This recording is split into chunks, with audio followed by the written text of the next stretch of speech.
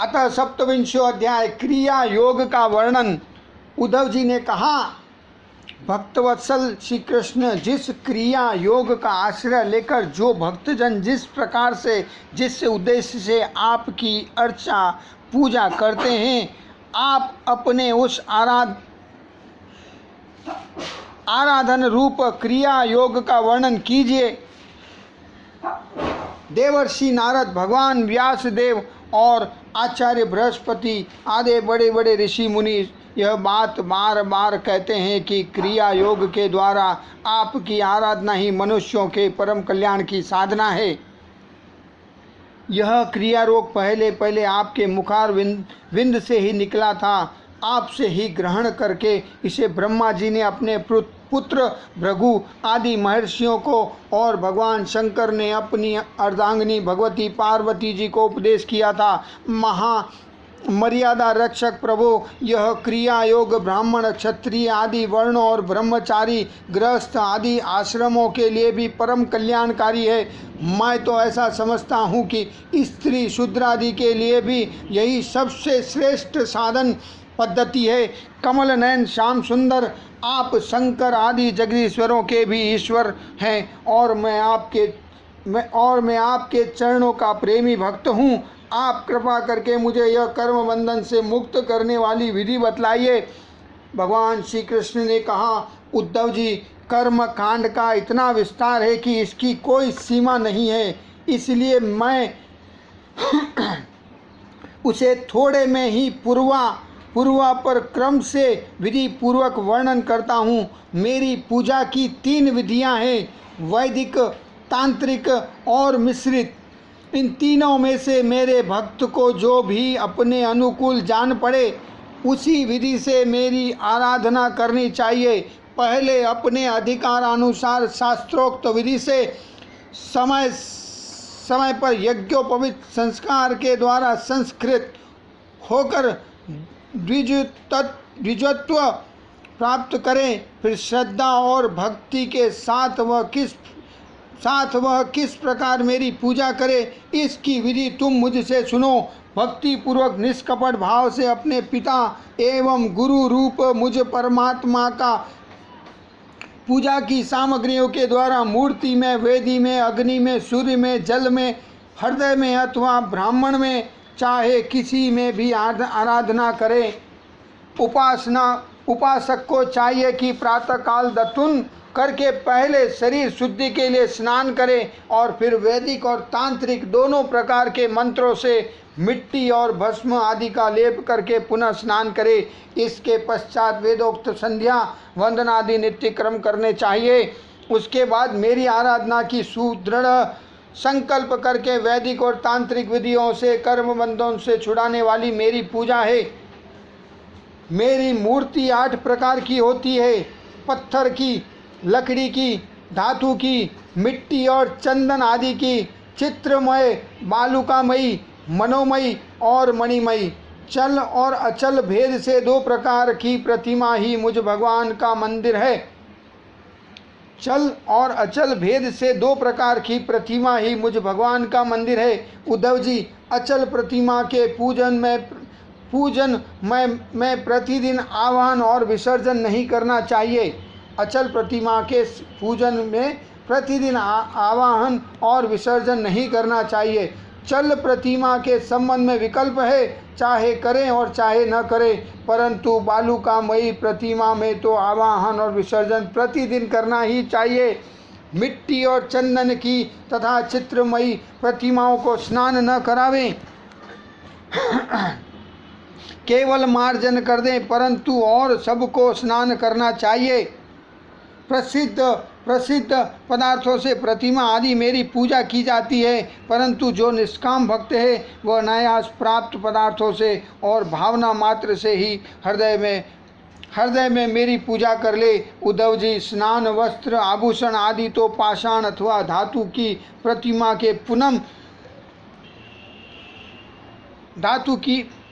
के पूजन में ही उपयोगी हैं। बालुकामयी मूर्ति अथवा मिट्टी की वेदी में पूजा करनी हो तो उसके मंत्रों के द्वारा अंग और उसके प्रधान देवताओं की यथास्थान पूजा करनी चाहिए तथा अग्नि में पूजा करनी हो तो घृत मिश्रित हवन सामग्रियों में आहुति देनी चाहिए।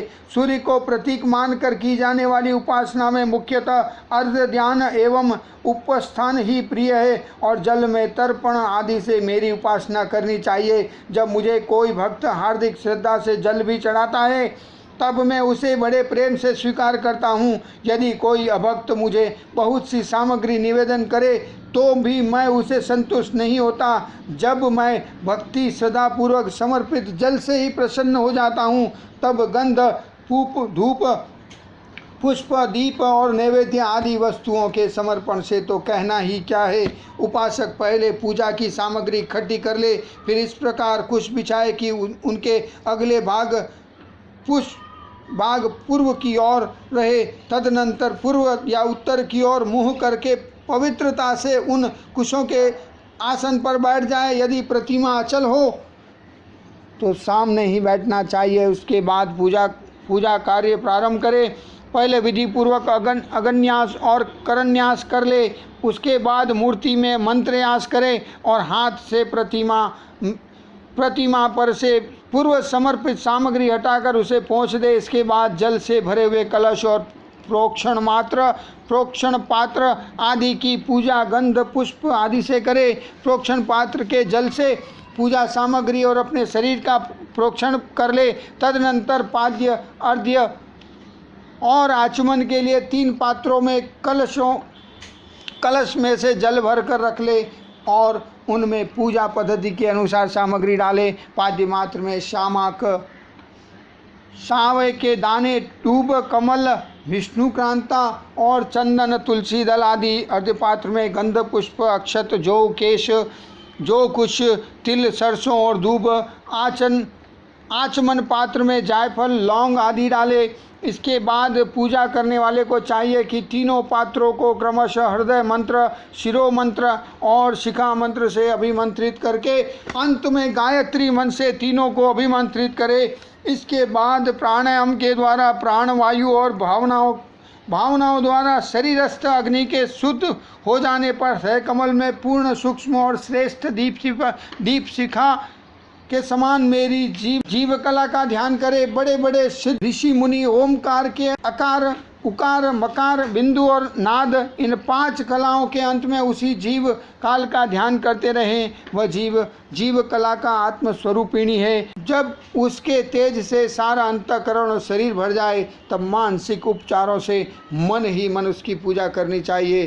तदनंतर तन्मय होकर मेरा आह्वान करें और प्रतिमा आदि में स्थापना करें। फिर मंत्रों के द्वारा अंगन्यास करके उसमें मेरी पूजा करें। उद्धव जी मेरे आसन में धर्म आदि गुणों और विमला आदि शक्तियों की भावना करे, अर्थात आसन के चारों कानों में धर्म, ज्ञान, वैराग्य और ऐश्वर्य रूप 4 पाए जाते हैं। अधर्म, अज्ञान, अवैराग्य और अनैश्वर्य ये चारों दिशाओं में डंडे हैं।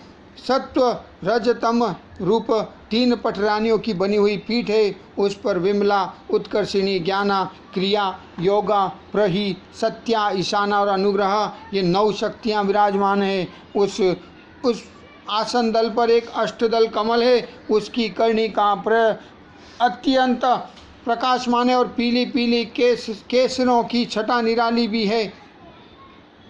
आसन के संबंध में ऐसी भावना करके पाद्य, आचमनीय और अर्घ्य आदि उपचार प्रस्तुत करे। तदनंतर भोग और मोक्ष की सिद्धि के लिए वैदिक और तांत्रिक विधि से मेरी पूजा करे। सुदर्शन चक्र, पांचजन्य, शंख,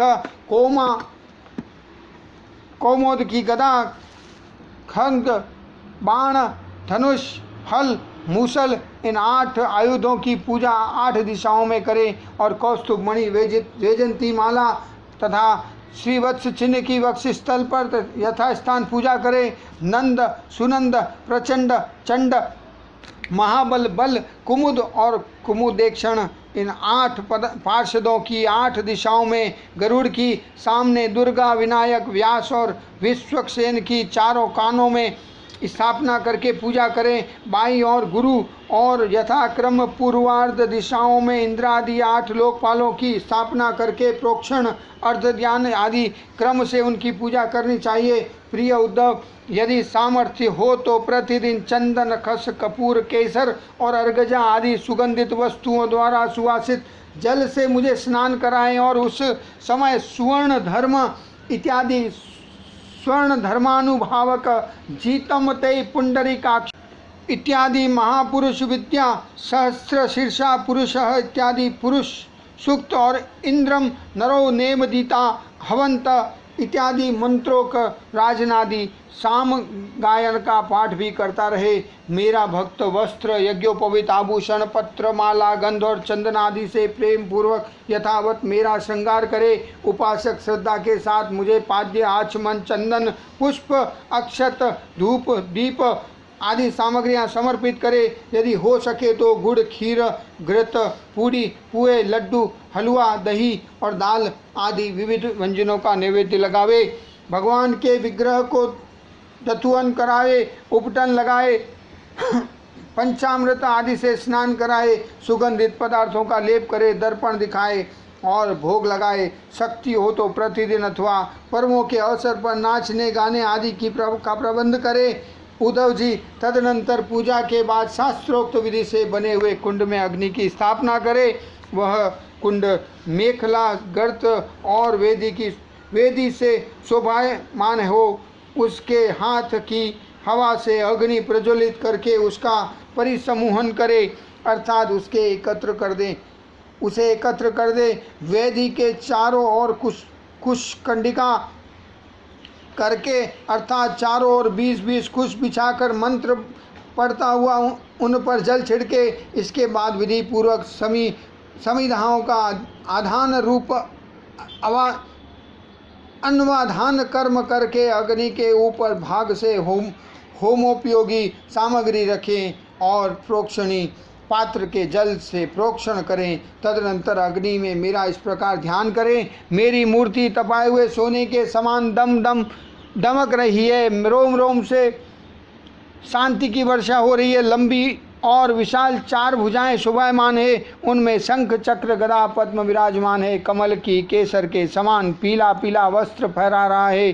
सिर पर मुकुट, कलाइयों में कंगन, कमर में करगनी और बाहों में बाजूबंद झिलमिला रहे हैं। वक्ष स्थल पर श्रीवत्स का चिन्ह है। गले में कौस्तुभ मणि जगमगा रही है। घुटनों तक वनमाला लटक रही है।